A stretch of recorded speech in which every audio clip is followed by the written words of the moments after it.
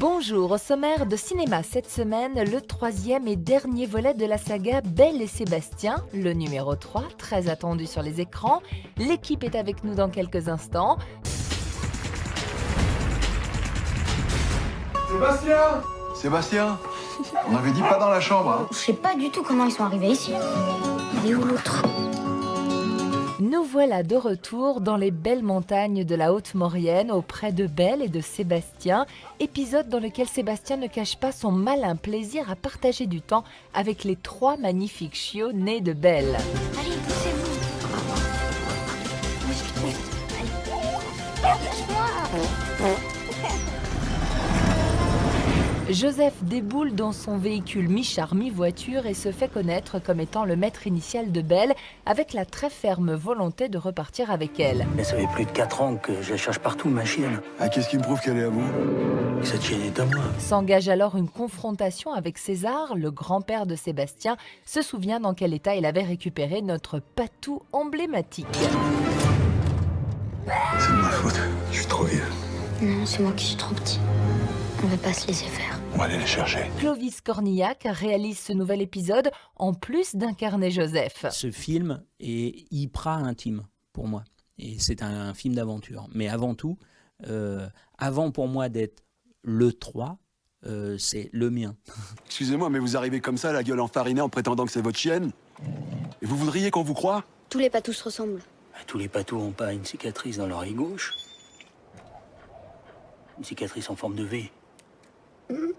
C'est l'effet quand t'as été petite en essayant d'escalader une barrière. N'importe quoi. Je suis sûre que c'est vous qui lui avez faite. André, il m'a tout raconté. M'a dit que vous l'attachiez, que vous la battiez. Moi, je pourrais jamais faire du mal à un chien. Je pourrais être un monstre. Elle était squelettique quand je l'ai trouvée. Tu l'as trouvée? Ça veut bien dire qu'elle est pas à toi. Un film pas forcément des plus faciles à mettre en image avec des animaux et de la neige. En fait, c'est des films compliqués à faire. Et il ne faut pas se raconter l'histoire, c'est compliqué, mais c'est pas grave que ce soit compliqué. Parce qu'en vrai, quand tu es mu par cette espèce de désir de raconter une histoire, eh ben, tu passes les problèmes les uns après les autres. Il suffit d'être calme avec les problèmes et de se dire on va trouver la solution. Ce qui est important, c'est de raconter l'histoire comme on a envie de la raconter.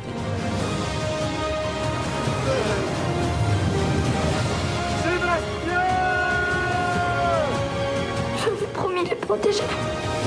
Profite bien de tes petits. Là, on est dans un thriller, on est dans une fable, on est dans un film quelquefois presque expressionniste.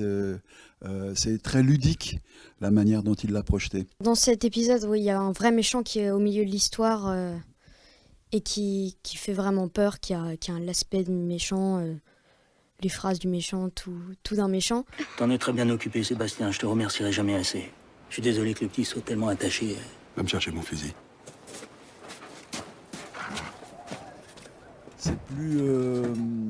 C'est plus expressionniste, on va dire, et on est plus dans une jubilation, dans un genre. C'est beaucoup plus film de genre, on va dire. Thriller efficace qui séduira toujours petits et grands. Belle et Sébastien 3 clôt cette belle saga et reste un moment familial cinématographique impeccable pour ces vacances scolaires qui s'annoncent. Il va la tuer.